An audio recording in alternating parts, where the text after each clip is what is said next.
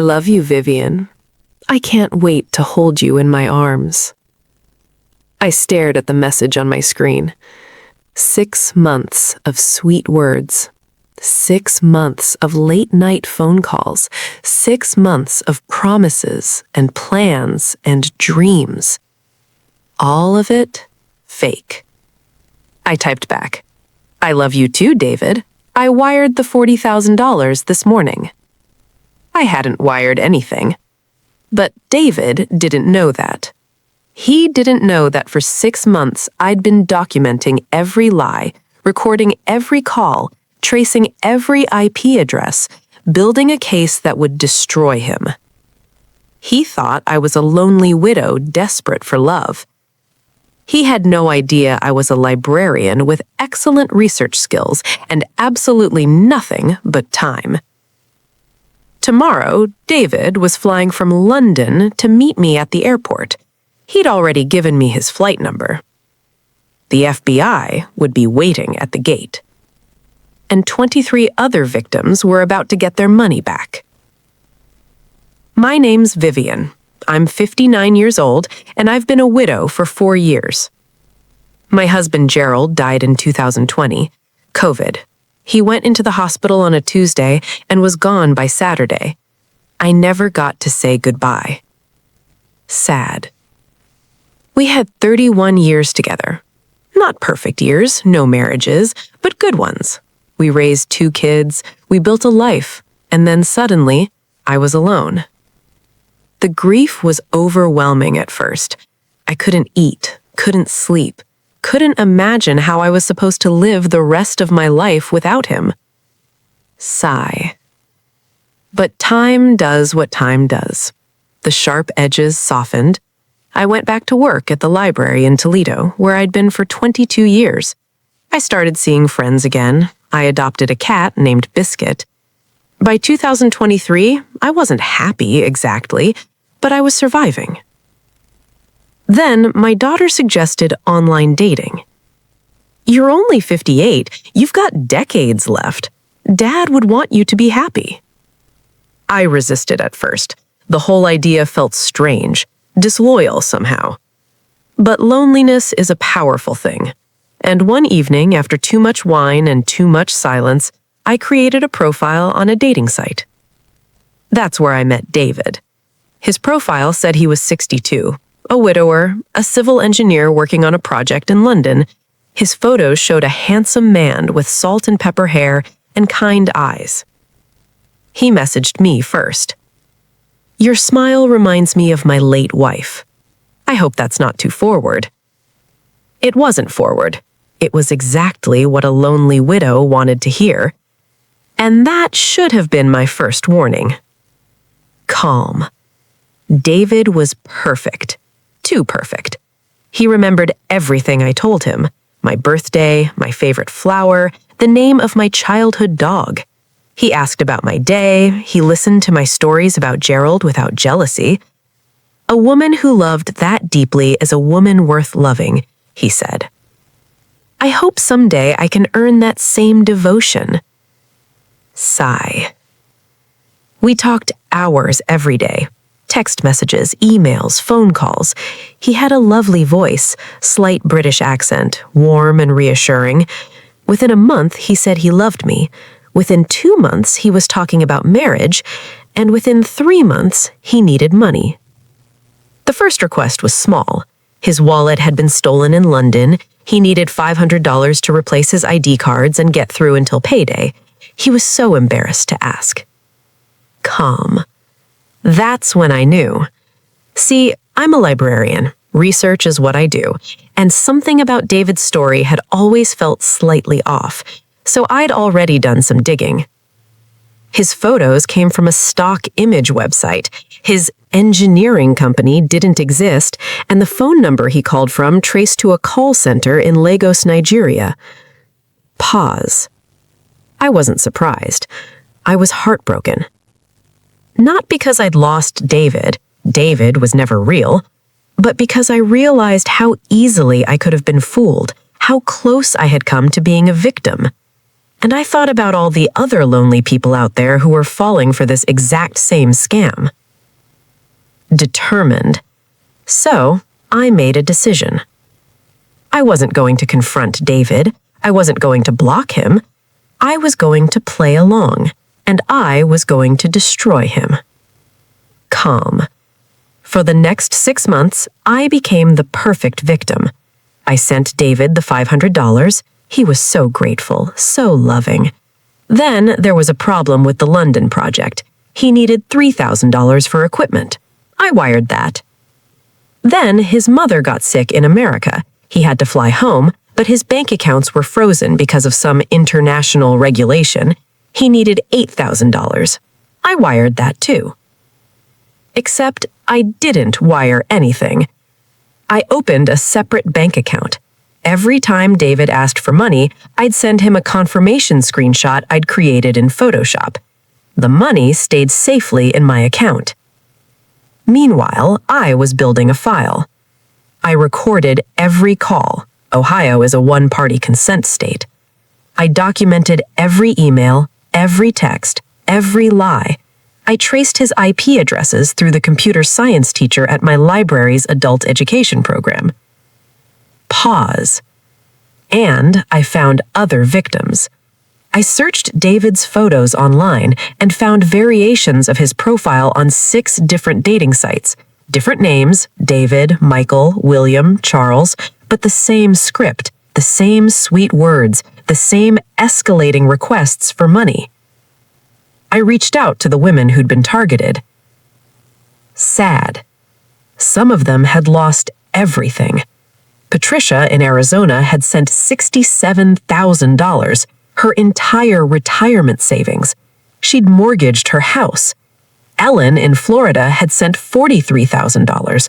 Her children had stopped speaking to her. Marie in Texas had sent $28,000 and attempted suicide when she realized the truth. Pause. And those were just the ones that responded to me. There were more. Many more. Angry. This wasn't just one scammer. It was a network, a business built on breaking hearts and stealing futures. And David, Raymond, was one of their top performers. Determined. By month 5, I had enough evidence to fill a binder 3 inches thick. But I needed more. I needed David's real identity. I needed to connect him to the network. I needed something that would hold up in court. Pause. So I escalated the game. David, I want to meet you, I told him on the phone. I've sold my house. I have $180,000. I want us to start our new life together.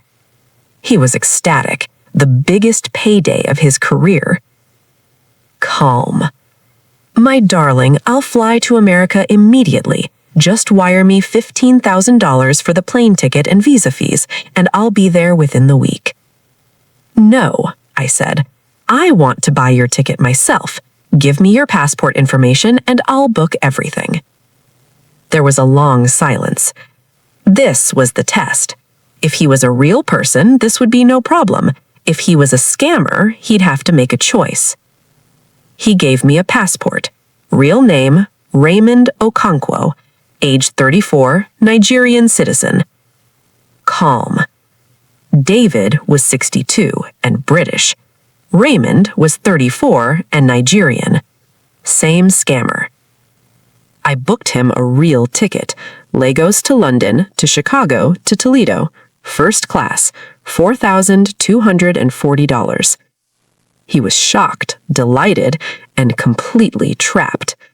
Because I'd also sent everything I had to the FBI's Internet Crime Complaint Center. Agent Marcus Williams called me 2 days later. Mrs. Bradley, we've been tracking this network for 18 months.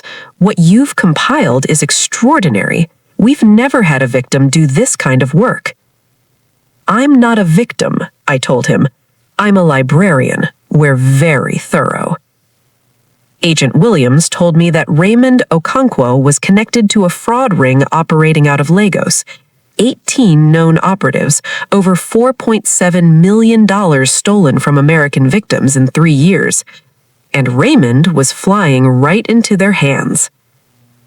The day Raymond's flight landed was the longest day of my life. I waited at home, watching my phone. Agent Williams had promised to call the moment they had him. At 3:47 p.m., my phone rang. "We got him, Mrs. Bradley." He walked right off the plane expecting to meet the love of his life. Instead, he met 6 federal agents. Pause. I exhaled for what felt like the first time in months. Raymond Okonkwo was arrested and charged with wire fraud, money laundering, and conspiracy. His laptop contained evidence linking him to the larger network. Calm. Within 6 weeks, the FBI had coordinated with Nigerian authorities, 14 arrests across 2 continents, the entire operation. Servers, bank accounts, training materials was seized. They found scripts, literal scripts, teaching scammers exactly what to say to vulnerable people, how to build trust, how to manufacture emergencies, how to exploit loneliness. They called it the boyfriend experience, like it was a product they were selling. The trial took 11 months. I testified, so did Patricia, Ellen, and 4 other victims who'd lost everything. Raymond's defense attorney tried to argue that the victims had sent money willingly, that there was no coercion.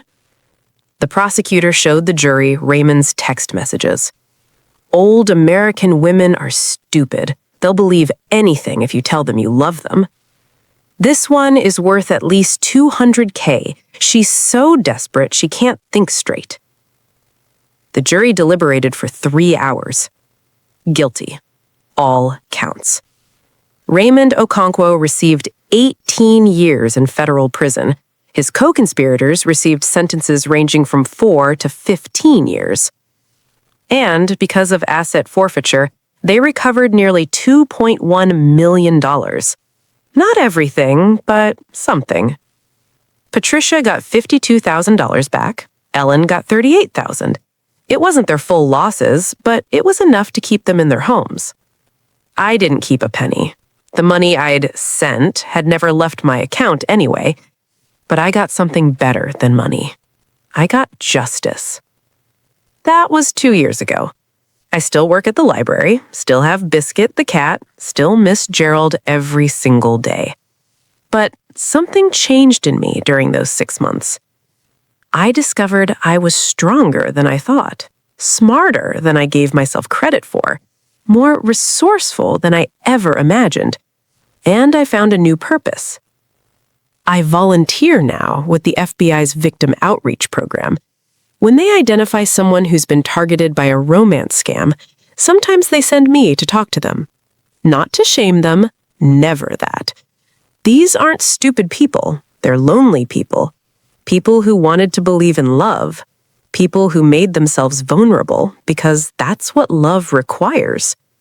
I understand. I was almost one of them. I help them see that being targeted isn't their fault, that professional scammers are skilled manipulators, that falling for a scam doesn't make you foolish, it makes you human. Last month, I spoke to a woman in Michigan, 72 years old. She'd just discovered her boyfriend of 8 months was fake. She hadn't sent money yet, but she was about to. She was devastated, humiliated. She told me she wanted to die. I sat with her for 3 hours. I told her my story. I told her she wasn't stupid. I told her that the person who should be ashamed was the scammer, not her. By the end, she was crying, but she was also alive, and she promised to call her daughter. That mattered more than any trial, more than any arrest, more than seeing Raymond Okonkwo in handcuffs. I played along for 6 months. I let a stranger lie to me every single day. I pretended to be foolish and desperate and blind. But I wasn't playing the victim. I was playing the game. David, Raymond, Thought he'd found an easy target, a lonely widow who'd believe anything. He found a librarian with a very particular set of skills: research, documentation, patience, and an absolutely unshakable desire to see justice done. I'm 61 now, still single, still not interested in online dating, but if another scammer ever makes the mistake of contacting me, I've got 6 months to spare. And they have no idea what they're dealing with.